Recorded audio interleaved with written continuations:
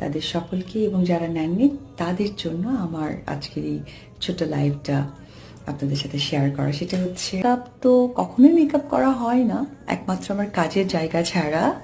যারা আমাকে খুব তারা তো দেখেনি কখনো কাছে থেকে, তো এই জন্য হয়তো বা তাদের মতো করে তাদের প্রেজেন্টেশন দেয়।